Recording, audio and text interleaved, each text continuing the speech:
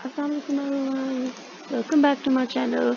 In my revision series, today I'm going to tell you about introduction of literature, in which I'll tell you about the definitions, the importance of literature, and the kinds of literature.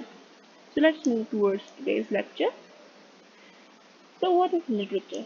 Literature is any written work of language, time, or culture. What does it mean? That if a person who is a writer, he uses the language, and with the help of that language, he writes about his current situation, or he writes about, some past incidents, or he writes about his own culture.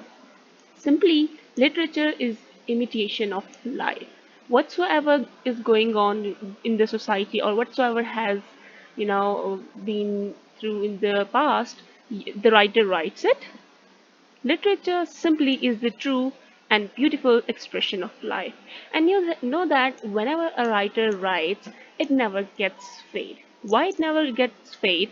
Because, for example, if a person is writing an autobiography, even 70 years later, someone would be able to grab that book and would, he can read anything and everything about that person. So, why literature is important? Literature is important in such a way because it teaches us about life.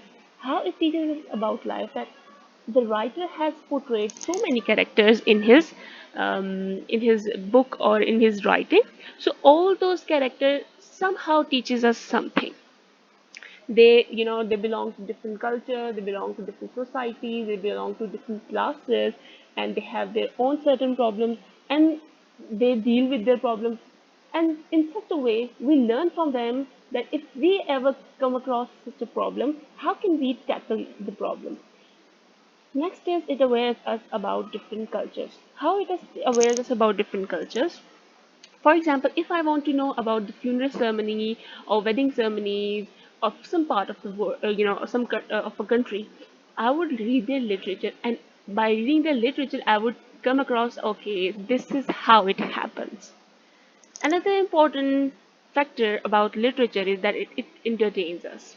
For example, if I am having spare time, I have nothing to do, I'm getting bored, I can grab a book and I can read it, and it will give me, pleasure. Sometimes may be, therapeutic as well.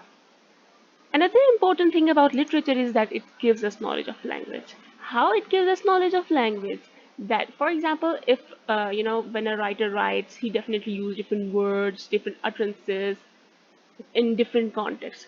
We learn how to use particular word in particular contexts, and how to, we can learn about speech act. That will definitely I will tell you in my later videos. But the reader gets to know that how he can use language in his daily life. uh, I would definitely recommend all the teachers to motivate their students to read literature, because it not only enhances their language, but it also broadens their views toward life. Next thing is kind of literature. What are the kinds of literature? Generally, it is said that there are two kinds of literature: fictional and non-fictional. Fictional literature is the one that is based on imagination, total imagination. There's nothing real, nothing real in it, reality in it. I can say that it is real in sense that the writer gets inspiration from his society, definitely. So they are real, but there is no reality in it. So, fictional literature basically includes plays, poems, short stories, novels, etc.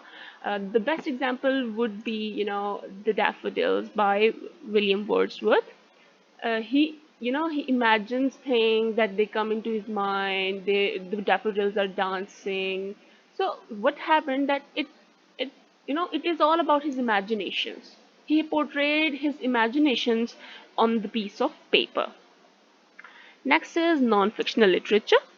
Non-fictional literature is basically it is that kind of literature that gives you the facts, and it is reality rather than imaginary things. All the events are real, all the places are real, the setting is real, and the characters are real. The very best example is definitely, I've told you earlier as well, that autobiography. How? it is the best example of non-fictional literature, that autobiography is written about one's own self. For example, if I'm writing about my own my own self, I am writing my own autobiography. So what will happen, that I will tell, okay, I got my education from here, I did this, I did that. So what has happened, that I have portrayed reality. So um, did you get all these points? If you have any question, you can mention your question in the comments. Thank you so much for your attention. See you soon with the next video sometime.